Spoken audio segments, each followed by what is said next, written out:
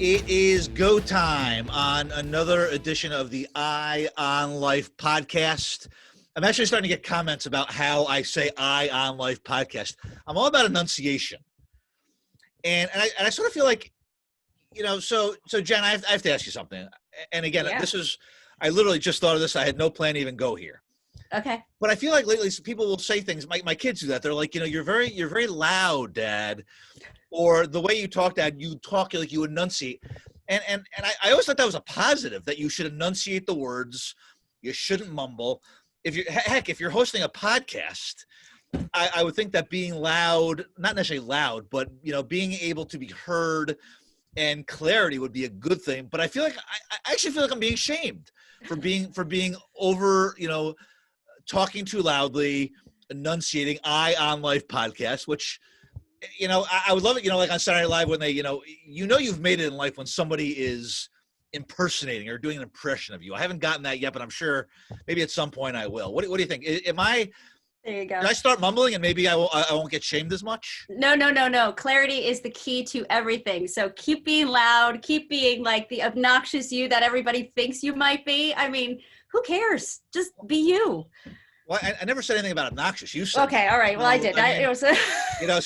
See, that slipped out there. See, nobody said anything about obnoxious. We simply said loud, but you added obnoxious. So thank you for that.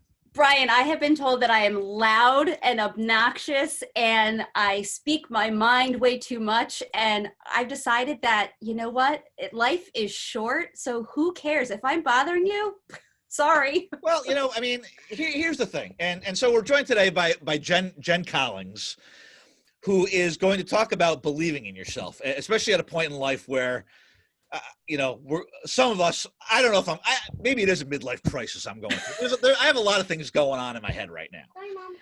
And I hear there are children there, which is obviously part of your life. We get that. Yeah. That's what I love. I actually love that about Zoom, because you can actually see people's real life. Oh, yeah. Well, you can't see mine. Your kids are in the background. I hear them. But one of the great things about Zoom, I think, is that you do get to see people's real life. People actually do have kids that are coming in. People have animals, pets crawling all over them, noises in the back. So I think that's awesome. But we're going to talk about believing in yourself today and kind of how that can take you to the next level. Yeah. But I sort of feel like, to your point, the word obnoxious, which has a negative connotation to it. Nobody ever says, "Oh, my best friend, I love the guy. He's so obnoxious." It's right. It's one of those things. But when you get to the point, I'm 45. My birthday's in a few weeks, couple weeks now. I'm going to be 46. And while I'm always looking to improve myself as a person, until the day that I die, I'm every day I want to be a better person. But I sort of am who I am at this point. Yep. And to your point, I'm not going to go crawl up in a ball in the corner of the room and just be meek. That's not me. And to your point, you're saying that you are, boisterous and opinionated, and why shouldn't you be? Would people rather have somebody that just, oh yeah, okay, I'll just agree with everything you say? That's not fun. There's a lot of people though that like the yes man or the yes woman, and I've seen it. A lot of leaders, a lot of people in leadership roles are like that, and it's, I'm sorry, but that's just not me. I'm going to tell it like it is, and I'm going to be brutally honest, and I'm going to say no if that's what makes me happy. I'm all about people questioning me and pushing back on me. I wish my kids didn't do it for everything. and actually, and to be honest with you, Jen, I have to tell you, I don't mind people disagreeing with me because I'm always right and they're always wrong. So it's fine. Obviously, anybody that knows me knows I'm being facetious. I'm actually usually the one who's wrong. Oh, and that's fine. I have no problem being told I'm wrong. I probably am most of the time anyway. But you're listening to the Eye on Life podcast, and we have a really interesting show today. We're sponsored by mustny.com. COVID masks. It's real. I'm sorry. I'm not getting political here today. But I'm sorry if I don't think you're one of these. I don't understand how anybody can be an anti-masker at this point. I don't either. And I just don't. No, you and I spoke. I had COVID the back end of March. Both my husband and I, very sick. Thankfully, we weren't in the hospital, but we were able to manage our symptoms at home. But good God, it was tough. And I'm still dealing with a lot of symptoms. And I I am all about wearing your mask and social distancing and being safe, because it's not only about you, it's about giving it to others. Well, right, You know, exactly. and that's what scares the crap out of me. I don't want to give it to my grandmother. I don't want, I haven't seen family in a very long time other than on Zoom, because I don't want to get people sick. I don't know with the symptoms that I'm still dealing with. Supposedly I'm not contagious, because it's not an active virus anymore in me, but Right. I'm all about wearing a mask. So thank you to that company for sponsoring you. Full-heartedly, I appreciate them. You get masks anywhere, but mustny.com is the place to get them. They're great. Of course, I always have the sample, which, people they're probably like, well, it's, clearly you haven't used it if it's still in the little bag that they send. I actually do have one that I do wear. I just use this one as a sample, but it's really comfortable. And for all those people that disagree with you, just stick one of these on them. You don't have to listen to what they have to say. There you go. It's perfect. Right. So thanks to Chris and Monica Perez Bossert. They're thrilled. They're Buffalo Bills fans out there in Western New York, and so they're happy. Well, they might, by the time the show airs, hopefully they're still happy, but nonetheless, Right. big football fans, great people, entrepreneurs, mustny.com. I also want to just recognize some new downloads that we had over this past week. I'm really excited. The international theme continues. We had a couple downloads from India. Wow. So I'm excited about that. And again, I always say that if I don't know somebody in the place where the download is from, I know it's not a family member. That's just, indulging me in this podcast. So thank you to our listeners in India. I appreciate that. Spread the word. And also Redmond, Washington. So up in the great Pacific Northwest, which is actually a place that I've been meaning to get out to. I'd love to visit the Pacific Northwest, of course, with my mask on, but I'll probably wait till after COVID anyway. So maybe by then we won't have to wear masks, but whatever. Thank you. Thank you to all the new listeners. Thank you to all of you for being part of the show, whether you're listening or you're watching, however you're digesting this. As I always say, it's unfortunate that they have to look at me, but Jen, at least they get to look at you and your book background today if they're watching us on YouTube. So I'm waiting for you to call me out on that, Brian. I'm not doing it. It's a fake background. I'm sorry. You took me look, there. But look, I'm good. Yeah, see, that's my messy. And then we go here. It looks so professional. If you're only listening, you're not watching. Jen has this great background of books that really looks almost like a modern library. Yeah. And now but apparently they're not real books, and this is all just a farce. But anyway, that's it. But you are very genuine, and we're going to have some fun with the show today, but we're also going to talk a little bit serious because you are talking with people about believing in themselves. And I know that you used to be kind of part of the corporate grind. You used to do, you have some full-time jobs. I have as well. I now have my own business, the Boyer Group. We do marketing and business consulting. But you were part of a grind for a while, and I know that you had some life changes. And so now, Believe Your Truth is your collaboration, your coaching, your business.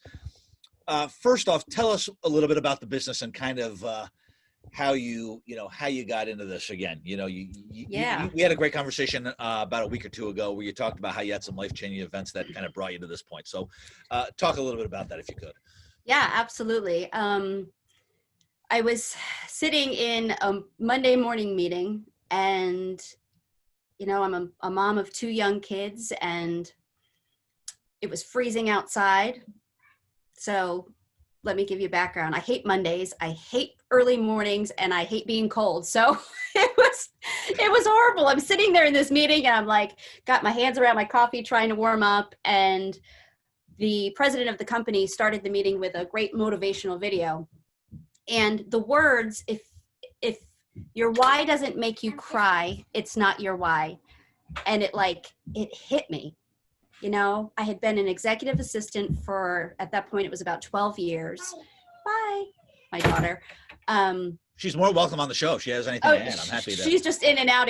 Perfect. She'll take over. So believe me, she's 5 and she'll take over. Some people say I have the mentality of a 5-year-old, so we could actually probably have a pretty good conversation.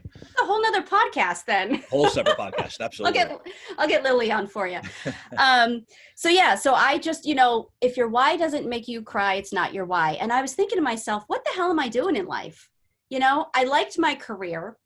I did enjoy being an executive assistant, but I just it just hit me. And my brain started going through like all the Rolodex of my careers that I've done. And I've done marketing, and I've done, you know, the executive assistant, the personal assistant. I've done acting. I've just done so much stuff in my life. And I was just trying to think what really made me happy, because I'm not really happy. I feel kind of, I don't want to say stuck. I felt stagnant. That's a better word for it. I felt stagnant. You know, I knew I was good at what I did, but I wanted more. And when I was thinking about everything that I've done, I'm a people person. I like to talk. I like to ask deep questions and figure people out and help them try to figure themselves out too. Because many times in my life, I've gotten to this weird crossroad and I was like, okay, I need to change. I need to do something different. So it was those times when I was talking to people and really just digging deep and getting to know them on a deeper, more personal level. That's when I felt happy. And I decided I wanted to do that somehow. So I started a coaching business, and it was a mindset coaching business, because another great thing I'm good at is mindset, being positive, looking for the good in the bad situation. And that came from my executive assistant days. You know, you're the eyes and the ears of the company, and you've got to uphold the culture, and you're really like the person that everybody sees, like, oh, that's the CEO or the CFO's assistant, and she's always happy, you know? And I was good at it. I'm just always a happy person. And so that's when I started Believe Your Truth, because I knew that we are all born to do something. And before we can do that, we have to believe what it is. So we have to dig down, we have to figure it out, what makes us happy. I call that's our truth, right? Those are our truths in life. The things that we love to do, the things that we aspire to do and we go after and we love doing, that's our truth. So I started Believe Your Truth, and I started coaching, and I started doing motivational speaking. I have a lot of content online about being positive and living life and doing what you want and not caring about the naysayers, because there's a lot of that out there, and just living your life. Well, you answered my question about Believe Your Truth. And I think that, and you're based here in Connecticut. Yep. So I want to make sure we point that out as well. And, you know, you talk about, I feel like that a lot of people, and I've been in this situation before too, sometimes forget our surroundings, right? Forget the people that we're around, although we will talk about the people that we surround ourselves with in a few minutes as well. Yeah. But I feel like there are sometimes, as individuals, we sometimes can't get out of our own way. Mm-hmm. And I'm going to be honest with you. You know, I feel like I've gotten, you know, there's some things I'm very happy with my life right now. I've had a lot of changes over the past couple of years here. And I feel, generally, I think I feel happy. Although I guess I don't know really what does happiness mean, right? It's very deep. But Very. But how do we, but if we are stuck, how do we get out of our own way sometimes? Like, because you know what I mean? You know, there's always that person, and we're all friends with that person. That person, they're smart, they're nice, they're a good person, and they're just not where you feel like they should be. They should be a lot further along. And I'm not saying that in a judgmental way, but, you know, somebody that we care about, and we just sort of feel like, you know what, I feel like they could be doing more, but they just can't get out of their own way. They make decisions, and you look at the decision and you say, how in your right mind could you have made that decision? It's like if you don't like noise, if you hate noise, then don't get an apartment near the airport, right? And so there are decisions like that are made by people. So how can, I guess, as a friend, whether it's a friend or a family member or whomever, how can we help that person? Or maybe we can't, or how can that person, better question, how can that person help themselves get out of their own way? Oh God, it's so hard. Look, it's hard. We get so damn comfortable just living, right? And then when we start to think about different things or a different path we might want to take, that fear that we are born with pops up, and all of a sudden, you know, that little person inside your head is going, no, you really shouldn't do that. Nope, you can't do that, because your whole life you've heard from other people that you can't do that or you shouldn't do that. So from day one, when you start hearing the negative no, or you start, you know, the media is constantly telling us kind of directional in this weird way what we should be doing in life.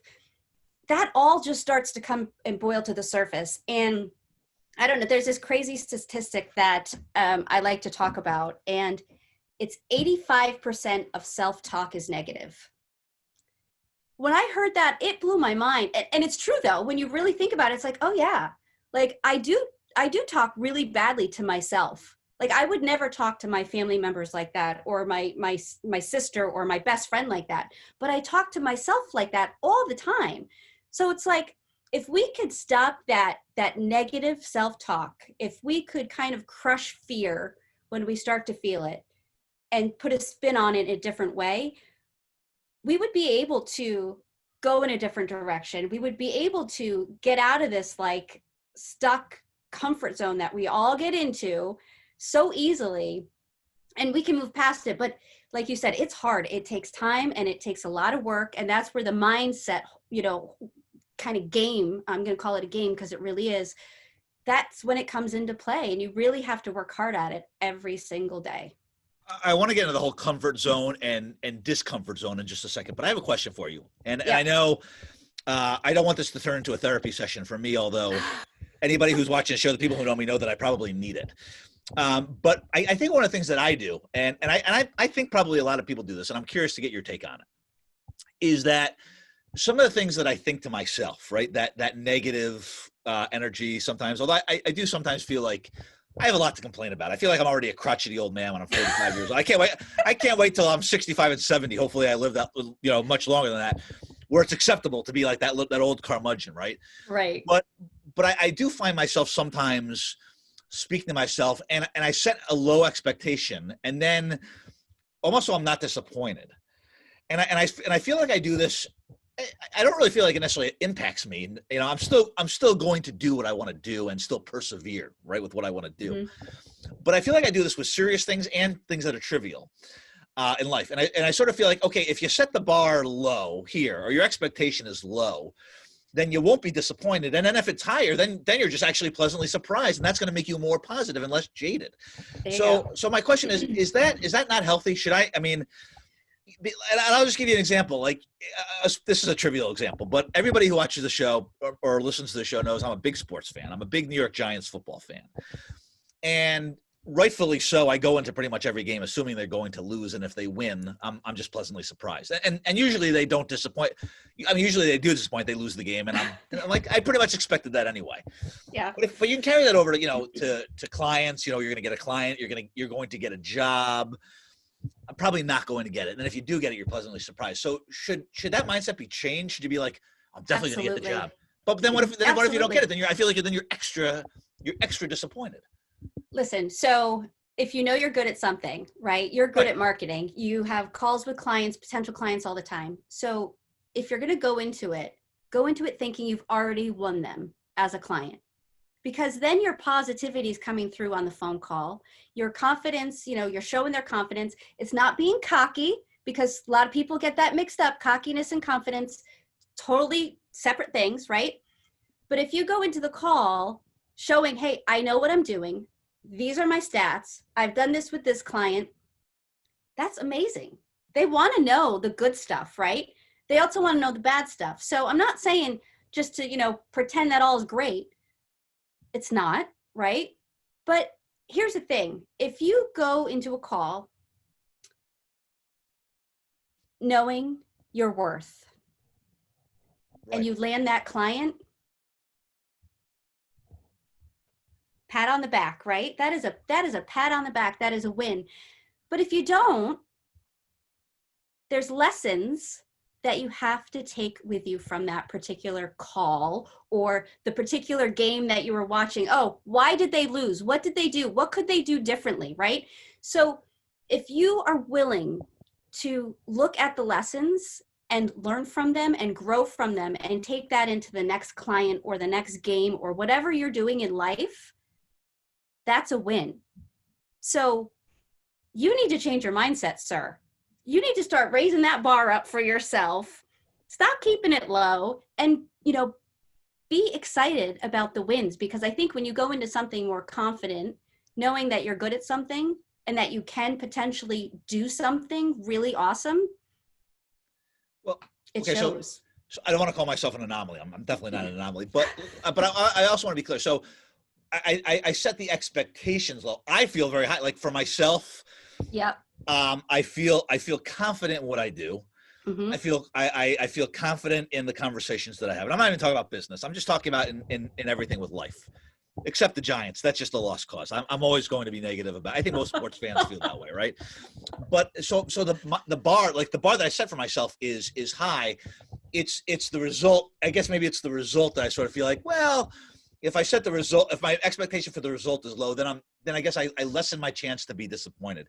And then if something does, and if something good does happen, Yep. I don't give myself a pat on the back or on the But shoulder. it's okay to be disappointed. It really is. It's okay It to be is disappointed because you're learning from it, you know? And I think that's where a lot of people make the mistake. And I did for quite some time. It's like I would linger in the disappointment or the sadness or the loss or whatever it was. And yeah, there's like if you lose something, yes, there's always the grieving, but what was the lesson in all of it? You know, what can I take from that to help me grow? And that's the key thing. So it's okay to be disappointed, but you have to take something good from that as well. You know what I'm disappointed in right now? What? You called me sir, which I feel like that like ages me like 15 or 20 years. I'm only a year younger than you, so it's all good. But you know what I mean? Like I'm at that point. You're not helping the midlife crisis. Listen, that's all from my grandfather. My grandfather raised me with respect. So it is respect. I know it is funny too, because even now, like, you know, when you're younger, like when I was younger and I used to go over to my friends' houses or they came over to my house, it was always Mr. or Mrs. whoever their mom and dad were, right? Yep. Now I don't want to be called Mr. Boyer. That makes me. I'm like, no, that's like that's my dad. Yeah. I feel like just call me by my first name. I don't find that disrespect. I don't actually tell them to do that because I know a lot of households are still very traditional, and I really don't care about age. Listen, the Grays are coming in here, whatever. Yeah. You can see. But good old COVID hair, I call it. The sir thing, I guess, I'm kidding. It's a sign. It is a sign of respect. You know what does disappoint me a little bit too. So the comfort zone, right? Mm-hmm. So here's where I feel like some of us have evolved as humans, Okay. and others have kind of maybe remained the same or even devolved. I get that everybody wants to feel comfortable, right? When you're born, right? It's almost like it goes back to when you're born. You're in this comfy womb, right? Mm-hmm. And then I guess I don't remember it very well, but I guess you're warm in there and right. And then you come out of this cold, harsh light and everything. And then you're in the world, right? For good. Yep. And so everybody always wants to be comfortable, right? Financially, physically, we want to be comfortable. Mm-hmm. But I do feel like sometimes the best effect and best impact that we can have in life is when we're not comfortable, right? We can when we're taken out of our comfort zone. So I guess my question, Jen, to you is, kind of, it might sound obvious, but what is the kind of the definition of a comfort zone? And then the second part of that question is, how healthy is it to come out of that comfort zone? People have gotten burned before, so they decide not to come out again, right? It's like that cocoon. Yep. So, you've been burned once or twice, you're not coming back out of that comfort zone again. Mm-hmm. So how can we overcome, the comfort zone to make us better people, to make us better family members, partners, professionals? I know it's kind of a big question, but yeah, no, I really do feel like the best things in life come to you when you're not comfortable. Yeah, so, amen. So how does that kind of play out in your conversations with people? Yeah. So from my experience, your comfort zone is when you're in a place in life where you know that you want something different, but you're comfortable where you are. Your job sucks. Your boss is horrible to you. You are surrounded by toxic people day in and day out, but you're going to stay there anyway because you're comfortable and you don't know if you can do better or find a better job, right? You're in a relationship where your significant other doesn't respect you and, doesn't think that you can do more in life. And you're comfortable because you're scared that maybe you can't find someone who's going to be real, authentic, and loving to you, right? So, there's so many different ways that a comfort zone can happen. So for me, I went through life when I was younger, just doing what I thought everybody wanted me to do. I got married young. It was a horrific relationship. I ended up getting divorced young. And then I was asked to travel doing promotional marketing. I had never left Connecticut before, other than to go to Florida or, little family vacations here and there. Right. I was scared to death, but I took the job. And I'll never forget, because I went to my grandfather, and he's a big impact in my life. And I said, Grandpa, what should I do? And he said, Jenny, look at you. You are 24 years old. You have your life ahead of you. And you'd be stupid if you didn't do this. Quote unquote. You'd be stupid if you didn't. And I was like, oh, okay, thanks, So I took the job. And that job lasted me 4 years. I would go away for 6 months and travel the country, and I'd come back for a couple months, and then I'd go do this tour again, and then I'd come back. And so I got to travel for 4 years. And in that 4 years, I realized that when I was uncomfortable or scared about doing something, those were the most amazing moments and the most eye-opening experiences of my life. And, I did it 15 years ago. My husband said, we were engaged. He said, let's go get married. He lived over in England. We had been having a long relationship back and forth for almost a year and a half. And he was here visiting, and he said, I'm done. We've already said we wanted to get married. Let's just go get married. And we got to the town hall, and I thought, oh my God, what am I doing? And that was 15 years ago. It was the scariest few seconds of my life to make a decision. Do I want to do this or do I not want to do this? And I did it. And that was another amazing decision that I made, because I was like, okay, I'm going to either step out of the comfort zone that I'm in right now, or I'm going to take a leap and I'm going to go this way. And I did it. And now I have 2 kids, an amazing husband. So it's taking that leap. And it doesn't have to be like you're jumping into the frying pan right away, Brian. It doesn't have to be like that at all. These can be baby steps. If you're like me, like I usually just jump. I fly by the seat of my pants. Like I'm just like, all right, let's do this. Sure. I've got my grandfather telling me I'd be stupid if I didn't do this. And I've got this guy wanting to marry me. So I'm always like, let's do it. But it can also be baby steps. And that's what I talked to a lot of my clients about, is like, let's, one step at a time, baby steps. We don't have to do this all right away. Let's look at where you want to go, and let's figure out how to get there, so you're still comfortable with the actions you're going to be taking.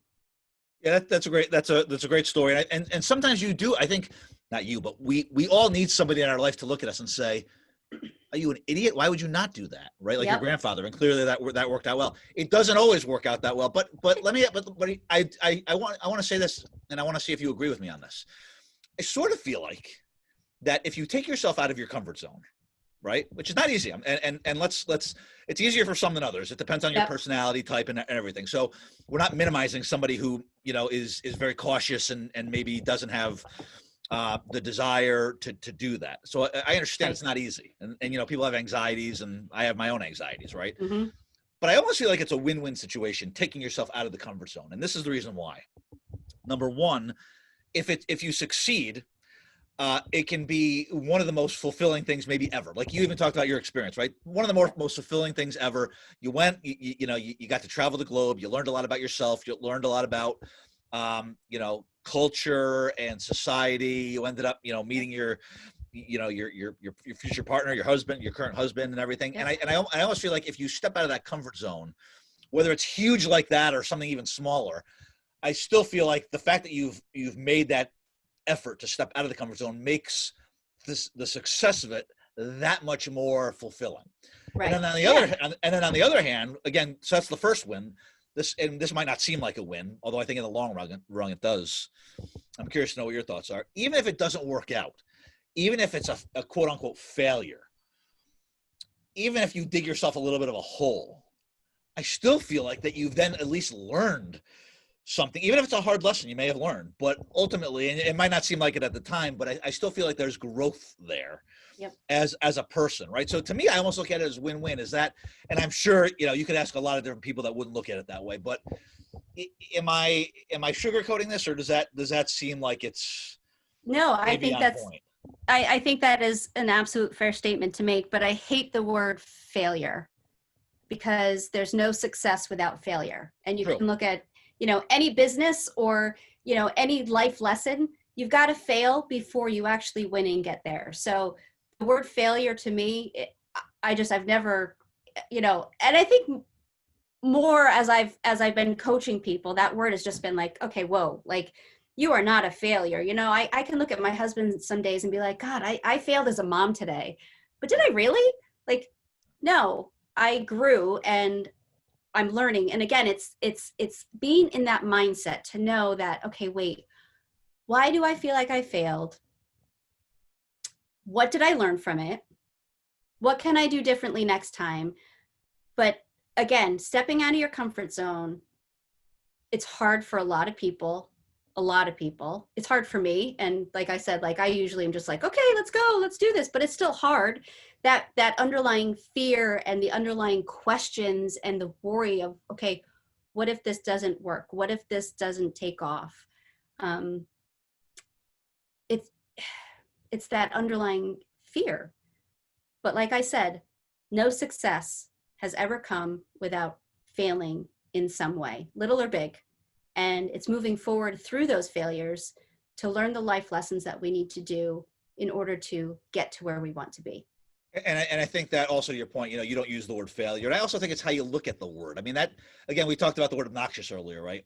Right. But yeah. so just because you have an affluent personality, you might be considered obnoxious.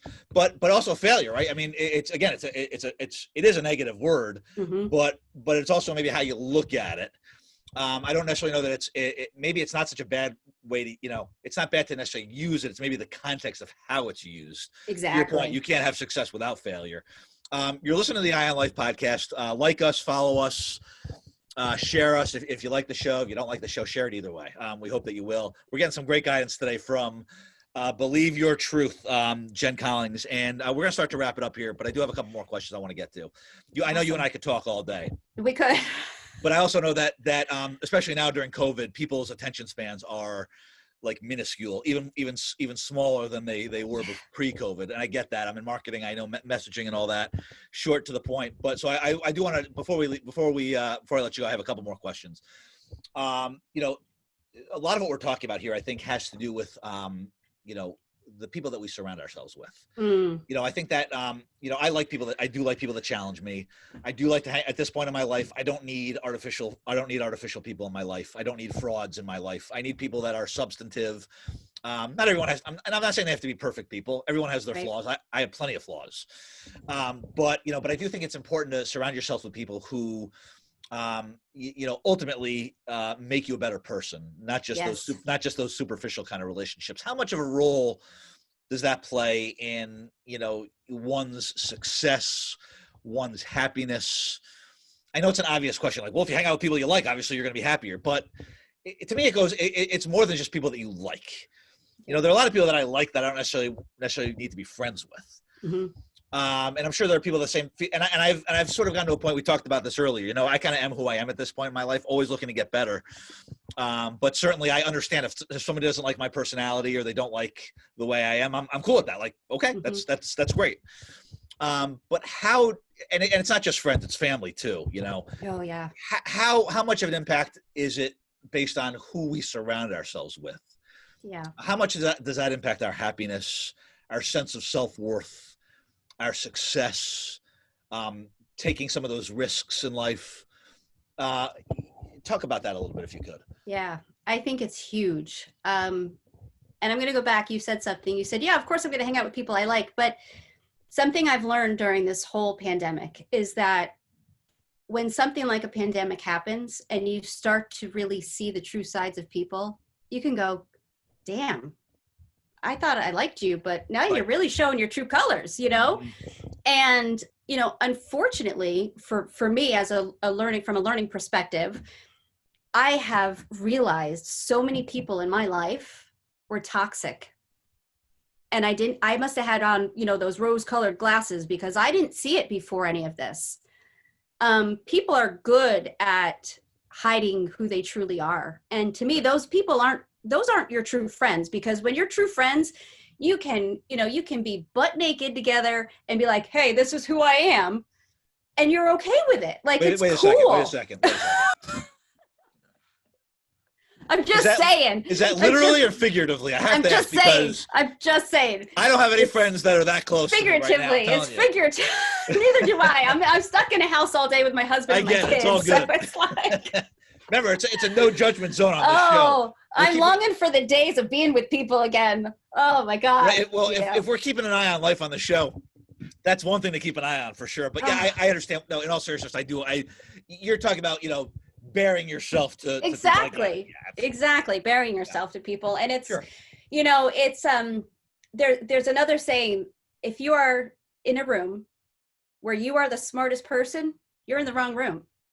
You need to surround yourself with people who are smarter than you that you can learn from, people who want to be your cheerleader and lift you up, and people that want to challenge you. I think that is a huge thing in life, is that when you are people, I think you mentioned this in the beginning of the show, like when you are with people that want to challenge you and see you do better in life, that just makes you feel like, yeah, like this is awesome. Like they're challenging me. They're going to hold me accountable to do something. And then they're going to be there at the finish line to see me through and cheer me on. Like that's huge. You don't want to be with the people who are the Debbie Downers that say, I really don't understand why you're doing this now. Like, I just don't get it. Like, it's not you. Why are you trying to do something new? I mean, what does that do to your spirit right away? That just totally squashes you and be like, oh, okay, well, maybe they're right. And then that fear and that stupid person in your head just starts coming up and talking negative to you again. So when you're around the right people, it makes all the difference in the world. Well, and you know how it is, even like with your kids. Like, I mean, my kids, they get angry at me for, pushing them in school and sports and music and life in general, right? Yeah. And I said, you should be happy that I'm pushing you because it means I care, and that's kind of how I feel like with friends and family. If somebody isn't honest with me, that to me, that just means that they don't really care enough about me or, right. I feel comfortable enough, right? The people that I feel closest with, I will challenge, and you can do it in a nice way. And you can also agree to disagree sometimes. And you can also sometimes get into an argument or a fight. I'm not necessarily looking to change people's opinions. People have opinions. I'm not necessarily looking to change those, but don't you want to be around people that you can at least have that conversation with? They feel comfortable enough around you. You feel comfortable enough around them. And to me, that's about as authentic and genuine as you can get. I don't need the artificial fraud, that kind of thing. No. But I want to ask you a question. You use the word toxicity. Barely say that word. But everybody has different definitions of what that means. But and then I will actually get to my last question after this. But okay, yeah. What is, what's your, for you, this is the work that you do, but what's your definition of a toxic person? So again, it goes back to that person that when you say to them, hey, I've decided I'm going to start my own business, or I've decided that I'm going to start taking dance lessons again. And they look at you and go, why would you ever want to do that? Right. Like, right. Yeah, exactly. You're like, fine just the way you are. Like that response, that like, instead of like, oh, that's cool, or wow, I'm so excited for you. I just had a friend actually who, she's been a hairdresser locally in town for years and years. I've been seeing her for a long time. And she finally just opened her own salon. Finally. And it was like, and I said to her, I said, you know what? Like, I am so proud of you that you are finally doing this. It has been a long time coming.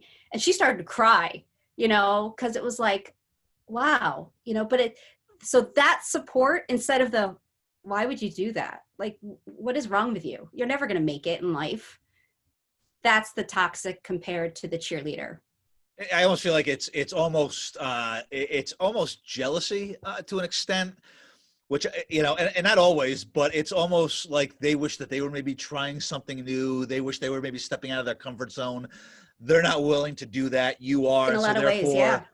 They're saying, why are you doing that? Because maybe they're not doing it. So rather than be supportive, it's much easier It's like those people, and and I put friends. I'm not going to do air quotes because that's cheesy, but like in quotes, like those friends who are only around when things are not good with you, and then they play it off. They play it off that they're here for you. Mm-hmm. But then when things are good, you're happy. You're in a great relationship. You just got a new job. Then you don't hear from them. Where are they? Yeah. Where are they? So Where are they? It's almost like it's because they don't want any part of you, because then at least when you're down, they can, and then they're down too, they feel a little bit better. Like misery loves company, right? Yeah. But and those would be the people that manipulate it and say, well, of course I'm there for you when things are bad. I don't need to be there for you when things are good. No, I think that's actually, it's almost the opposite. But you want somebody who's going to be there during the good times and the bad times. I think Exactly. those are the people that I want to be around. Yeah. Those are the authentic people. I'm sorry, say that again. Those are the authentic people. Yes. Authenticity is key. That's where we're at today. Yep. Ion Life Podcast, Jen Collings.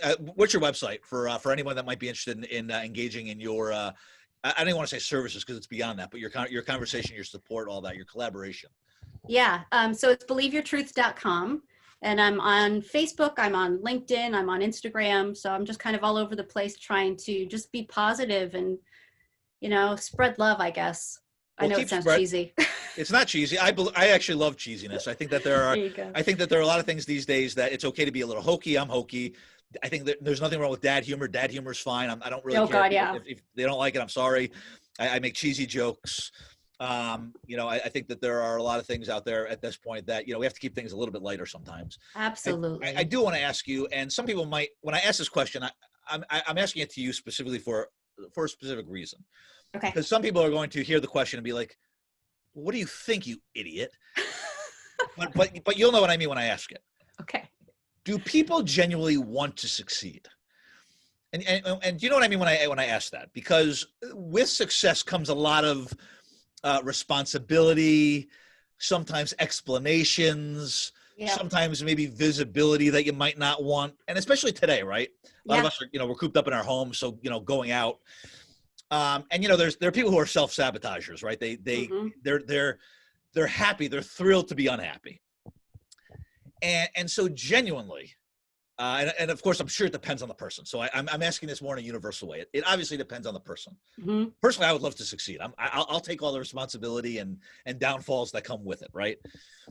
But do you think that genuinely the people that come to see you, that they're coming to see you because they really do want to succeed? And when I say success, I'm not talking necessarily just money or being in shape or family. I'm talking generally, generally happy, generally successful in how they live their life, the values that they have. Do you feel like genuinely people want to be happy and want to succeed? I think so. I do. Especially my clients. Yes, they come to me for a reason. They are stuck. They're at that crossroads. Maybe they're at the midlife crisis. Whatever word you want to put to it, there's something there that has drawn them to me to help them get to where they're trying to go, right? A lot of people, again, it goes back to that fear. A lot of people are afraid to do it themselves. I'm not a licensed therapist, and I say that right away. But I listen. And when I'm with a client, I ask the right questions. So they just start talking. And when they're talking, they start to come up with all their own answers. I mean, it's there, it's in them. And they came to me for that reason. They just needed help dragging it out. But like success, yes, everybody is different.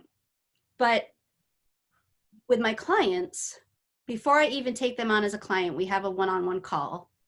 And I make sure that they know that I give tough love. I'm going to give you homework assignments and I'm going to hold you accountable. If you don't do that assignment by the next phone call, we're not having the phone call because you're not showing me that you want to do this. Right. You're not being intentional enough to say, okay, I'm going to write a quick, 4-paragraph biography about this, or this, or I'm not going to do this happiness exercise that you gave me.